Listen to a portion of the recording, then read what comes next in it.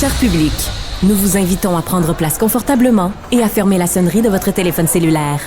En cas d'incident, veuillez repérer les sorties de secours les plus près de vous. Bon divertissement. 1, 2, 1, 2. OK, c'est bon, on peut y aller. Sophie Durocher. Elle met en scène les arts, la culture et la société. Une représentation pas comme les autres. Sophie Durocher.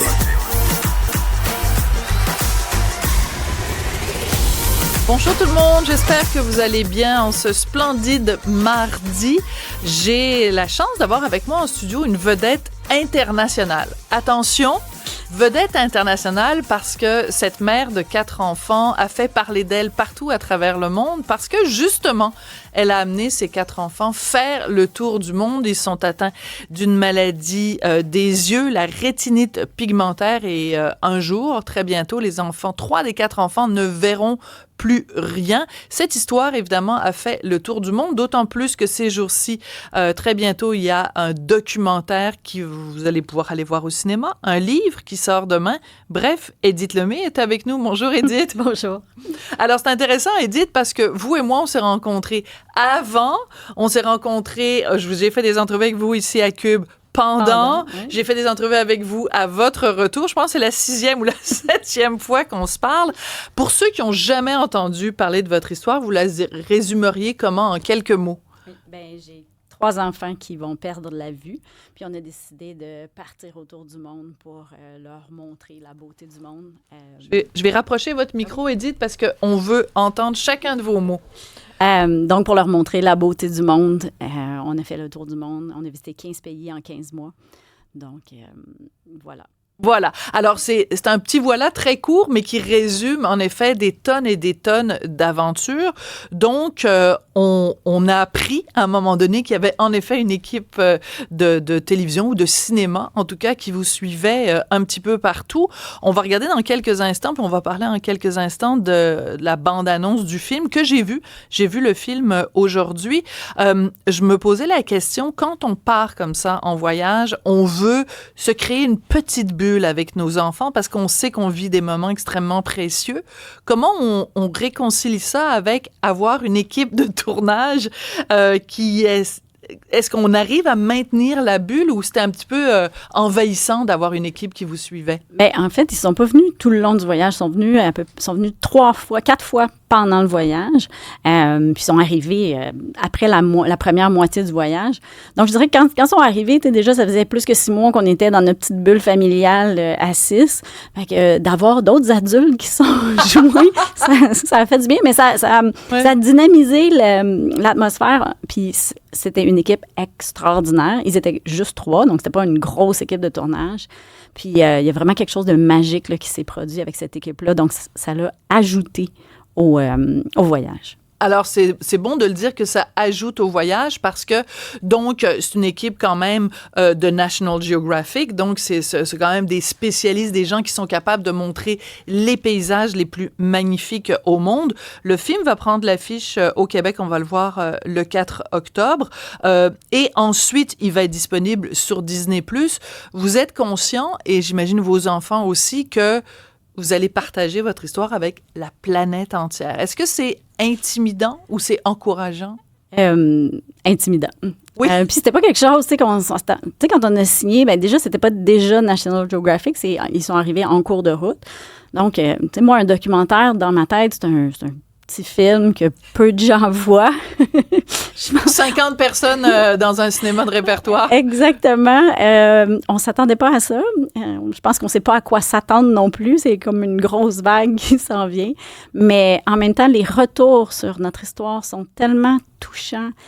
Tellement de fois, il y a des gens qui m'approchent, qui vivent des situations difficiles avec leurs enfants, qui disent « Merci de nous inspirer. Ça m'a remonté le moral ce matin. » Fait que pour ça, je suis super contente. Parce que c'est vrai que le film lui-même est inspirant, évidemment parce que votre histoire et l'histoire de vos enfants est inspirante, c'est que le message, en fait, à travers tout ça, oui, ils s'en vont voir un safari, puis ils voient des éléphants, puis des girafes, puis oui, ils s'en vont faire un trek au Népal, mais c'est l'idée, à la base, de se dire... parce que eux vont perdre la vue, mais nous, dans notre vie tous les jours, on peut appliquer ce principe-là. Profitez de la vie pendant qu'elle passe.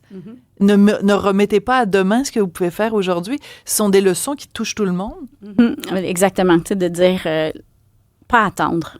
Et puis, même dans une situation difficile, de ne pas regarder. Tu sais, c'est correct d'être triste, c'est correct de vivre ces émotions-là, mais d'accepter la situation, puis de regarder, bien, qu'est-ce que je peux en tirer? Qu'est-ce qui me reste de beau, puis comment je peux en tirer le maximum? Et c'est une leçon extraordinaire pour les enfants, mais évidemment aussi pour les adultes. Alors, on va écouter un petit extrait de la bande-annonce de ce film, donc, où on vous a suivi. Ça s'appelle en anglais « Blink of an Eye ». Le titre français... Juste Blink. Oui, juste Blink. OK. Bon, ben alors, écoutez, j'avais ici Blink of an Eye. Ça a été Blink of an Eye à un certain point, mais là, c'est juste Blink. Juste Blink. Ouais. Alors, on écoute un petit extrait de la bande-annonce de Blink. Ferme les yeux, là. Qu'est-ce que tu ressens? Il y a du vent. Je sens le soleil. Tu penses-tu que, même si tu voyais pas, tu serais capable de profiter d'un lieu comme ici? Our kids were pretty young when we learned 3 out of 4 have retinitis pigmentosa. For some people, their field of vision is going to go completely dark. Alors, c'est ça. Donc, vous expliquez, parce que le film est pour un public anglophone. Et vous parlez très bien anglais, d'ailleurs, Edith. Vous expliquez que leur vue va rétrécir, devenir tout petit comme une paille. Mais je veux revenir sur ce témoignage où vous êtes avec votre fille, donc Mia, qui a 13 ans, à qui vous demandez est-ce que tu penses que tu pourrais en profiter autant si tu voyais pas? La réponse après tous ces mois de voyage et toutes ces expériences, est-ce que vous pensez que en effet, ils sont capables d'apprécier même en ayant les yeux fermés, disons? Je pense que oui. Oui. C'est sûr que c'est difficile pour eux même de s'imaginer ce que ça va avoir l'air, mais ils vont être capables de trouver des solutions puis d'en profiter. Puis, tu sais, on a essayé un peu pendant le voyage là, de voir qu'est-ce qu'il y avait d'autre, les sensations. Mais c'est sûr qu'étant des enfants, ça les intéresse moins de se projeter dans l'avenir. Mais moi, j'ai fait cet exercice-là. Oui. C'est comme dans les marchés, là, de vraiment regarder c'est quoi les autres sens qui sont stimulés. Je suis certaine qu'ils vont être capables d'en profiter. Voilà, parce que c'est sûr qu'ils vont perdre la vue. Les 3 des 4 enfants vont perdre la vue, c'est certain. C'est une certitude, là, c'est pas quelque chose qui est... Et c'est quelque chose que vous devez accepter, vous pouvez pas le contrôler parce qu'il y a aucun remède possible. Corrigez-moi si je me trompe. Et donc, c'est sûr, c'est de développer d'autres choses. Mais il y a un moment très touchant dans le film. Je veux pas trop dévoiler le punch du film, je veux vraiment que les gens aillent le voir, mais quand même, à un moment donné, c'est votre fils, je pense que c'est Laurent, je suis pas sûre, qui vous demande « Maman, c'est quoi être aveugle? » Et là, vous vous rendez compte que c'est vrai que nous, comme adultes, on sait ce que ça signifie, mais pour une petite puce comme lui, c'est un concept qui est totalement abstrait. Donc, comment on fait pour accompagner nos enfants à travers le chemin vers la cécité? Honnêtement, je suis encore en train de l'apprendre, là, mais... Si j'avais pas réalisé, on en parlait, qu'on allait perdre la vue, qu'elle allait être aveugle. Fait pour moi, c'était comme qu'on lui en parlait depuis qu'il était tout petit, il savait c'était quoi. Mais quand il m'a posé la question, j'ai réalisé, mais oui, il sait qu'il va être aveugle, mais il sait pas ce que ça représente. J'avais jamais pensé prendre le temps d'y expliquer. Donc, c'est vraiment de répondre à ces questions, puis aussi de pas en faire un gros drame. T'sais. Moi, c'est vraiment important de répondre à ces questions, de donner des réponses réalistes, puis c'est ça, puis on peut rien y changer, puis c'est la vie, puis c'est ton chemin, mais ça va être OK. Ça va être OK. Et ça, c'est très touchant parce que, évidemment, vous êtes mère de 4 enfants. Déjà, juste 4 enfants en parfaite santé, c'est du boulot. D'ailleurs, j'aime beaucoup, parce que dans le documentaire, vos enfants sont pas parfaits. Ils sont turbulents, ils chicanent. Il y en a un qui envoie une taloche à l'autre. Léo, il a l'air d'un petit coquin. Oh oui. et on le voit, ça aussi, dans le documentaire. Donc, parce qu'on aurait pu penser, vu que c'est un film qui va être disponible à un moment donné sur Disney, qu'on ait justement Disney-ifié votre vie, mais on l'a pas fait. Vous deviez être contente de ça. Très, très, très contente. C'était un peu ma crainte aussi. Oui. Puis même sur les réseaux sociaux, des fois, ça met tout beau, puis je veux que ça soit réaliste, que oui, on est courageux, puis on va en voyage, mais on a des problèmes de gestion des enfants comme tous les parents, puis c'est pas toujours facile. C'est pas parce qu'on a réussi à le faire que c'était facile. Le plus beau moment et le pire moment du voyage? Le plus beau moment... il y en a tellement des plus beaux moments. Oui, Je dirais- mais vous avez le droit juste juste une carte. Au Népal, un petit village de Gormou, on a été invités, qu'on a eu une très belle relation avec les gens là-bas.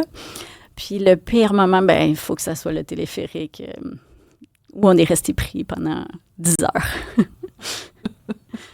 Est-ce qu'à ce moment-là, vous avez regretté, vous êtes dit dans quelle aventure, dans quelle galère j'ai embarqué mes enfants et mon mari?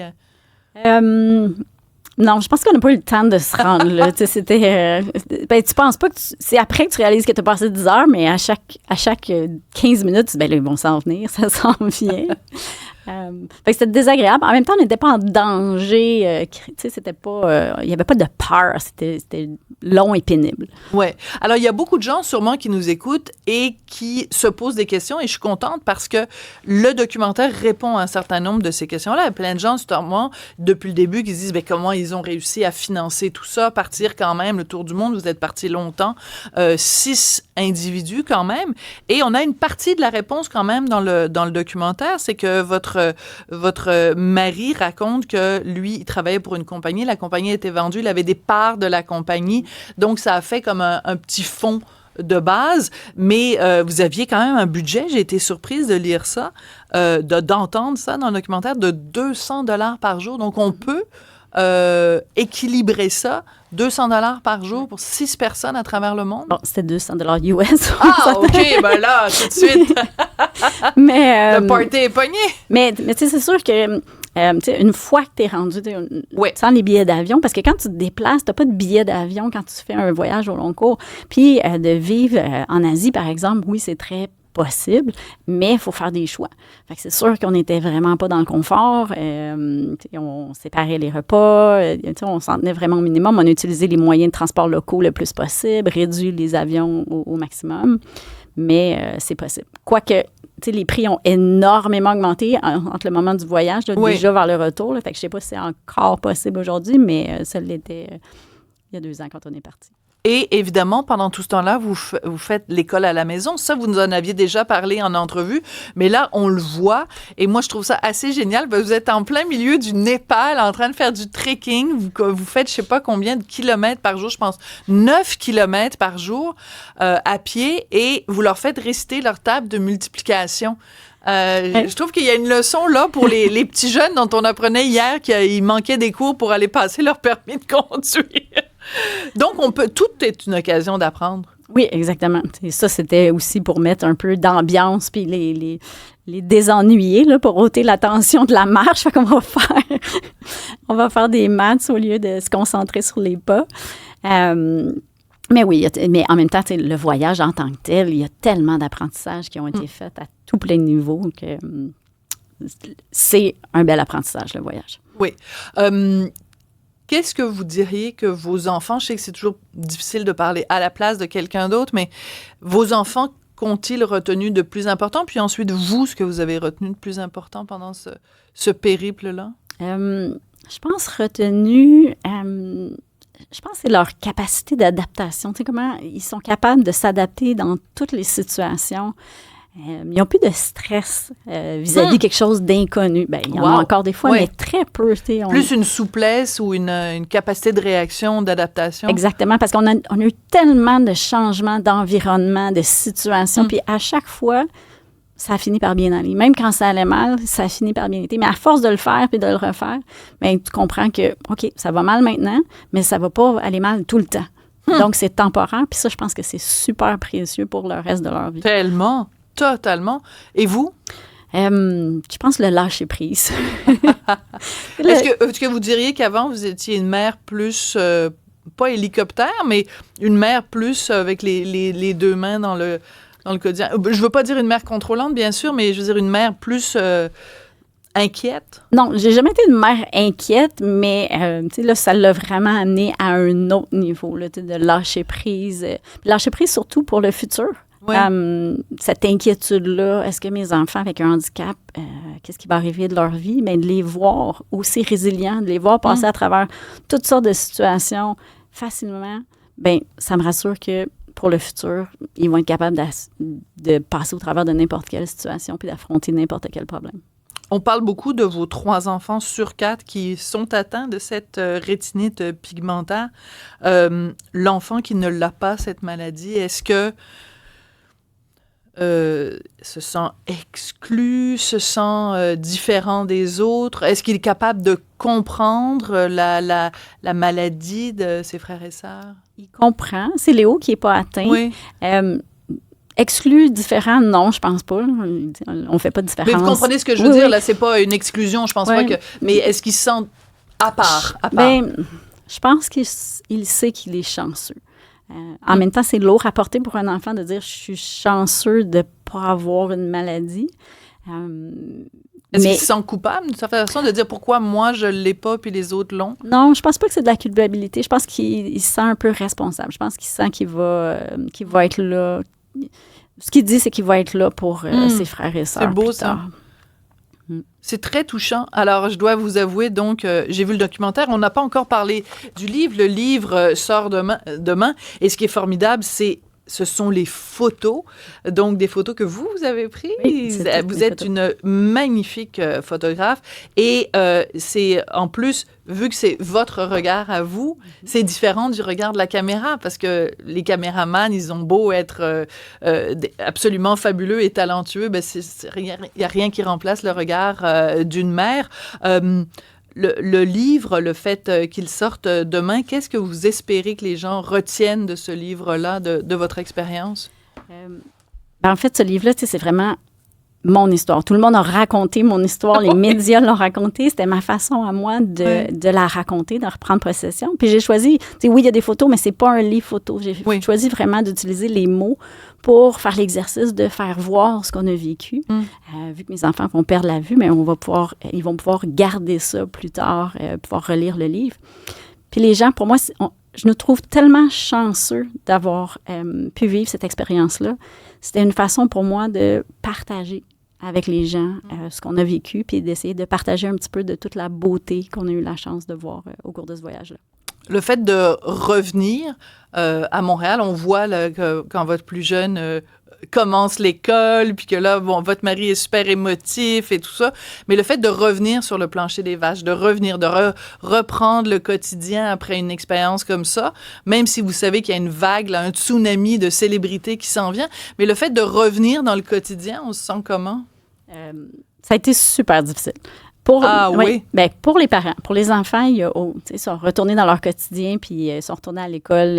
Il n'y a pas eu de problème d'adaptation, mais de retrouver la to-do list, de retrouver les tâches ménagères, la gestion de la maison, de tous nos biens, la charge mentale, qu'on n'a pas tant en voyage, qui disparaît, ou qui est plus le fun en voyage. Ça a été difficile.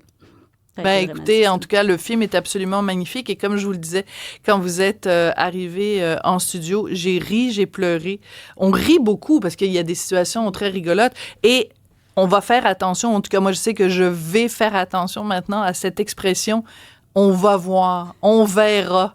Puis il y a un de vos enfants qui dit, ben, c'est parce qu'on voit rien. J'adore ça. Il y a plein d'humanité, il y a plein de beauté. Et en tout cas, c'est vraiment une expérience. Et puis, ce sont vos parents, les grands-parents qu'on voit. Parce que votre père, il vous ressemble comme 2 gouttes d'eau. Alors, parce que c'est pas spécifié, en tout cas. Donc, on a compris que c'était votre père qu'on voit là-dedans. Donc, la relation aussi entre les générations, c'est absolument magnifique. Donc, Blink, le film qui prend l'affiche le 4 octobre, il va être ensuite diffusé sur Disney+. Le livre, attendez, juste bien voir le titre, Plein leurs yeux, et le sous-titre est très beau pour qu'ils gardent en mémoire la beauté du monde et pour que nous autres aussi, on ne l'oublie jamais, la beauté du monde. Édith Lemay, merci beaucoup. Merci, c'était un plaisir. Merci.